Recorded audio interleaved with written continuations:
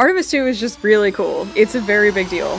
I don't know how you're going to work that in, but Artemis 2 is our first crewed flight test of NASA's Artemis campaign. So we had Artemis One a couple of years ago. Artemis One was an incredible mission, extremely successful, but there were no humans on board. We had a couple of mannequins on board, and they helped collect data about radiation and vibration inside of the cabin, but it's a very different thing entirely when there are actual human beings on board. The main objective of the Artemis II mission is to evaluate the crewed performance of the deep space exploration system. And so a huge part of the mission is really evaluating the critical life support systems aboard Orion in order to help prepare us for future Artemis missions that will eventually land people on the moon. We have eye on the horizon for human Martian missions, and so all of the data that we collect during this mission will help prepare us for that eventual giant leap to Mars. About 20 meters off the surface.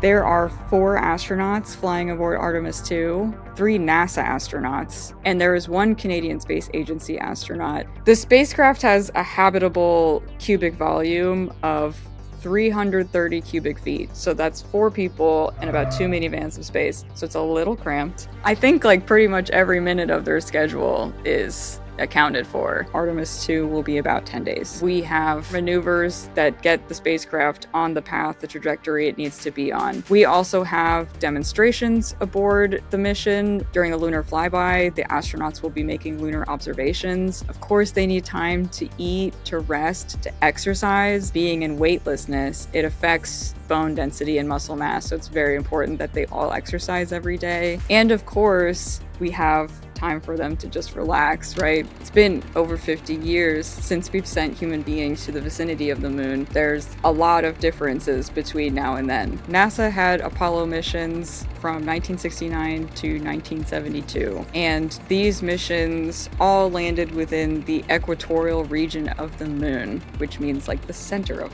the moon's equator. The Artemis missions will land astronauts in the lunar south pole region of the moon, and the objective is pretty different. With the Apollo missions, we went and we came back. We collected samples, we picked up rocks and soil, we left behind footprints and lunar rovers. But the difference with Artemis missions is that we're really trying to live and work on the moon and build a lunar presence there. We're actually flying around the moon in a totally different way than we did with the Apollo missions. The way that Artemis 2 flies around the moon, we will actually have our astronauts seeing parts of the moon that have never been seen before with human eyes. We've imaged every square inch of the moon, but it's a totally different thing. Eyes are a lot more sensitive to things like shade and tone and color and texture, and so these things can help inform lunar geologists back on Earth.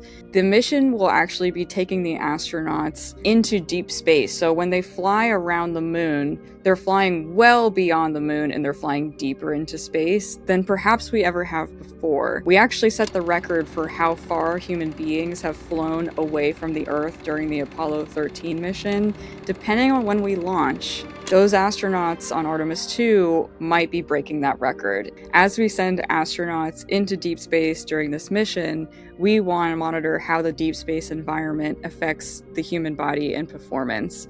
And the goal, again, as I said, is to help us prepare for future crewed missions to Mars. So all of these long duration missions, these space flights, help us collect data on what will be the best way for us to eventually send people to Mars, which is, by the way, a lot farther away from Earth than the moon. So everything we can do now prepares us for the future. Confirmed. Perseverance safely on the surface of Mars.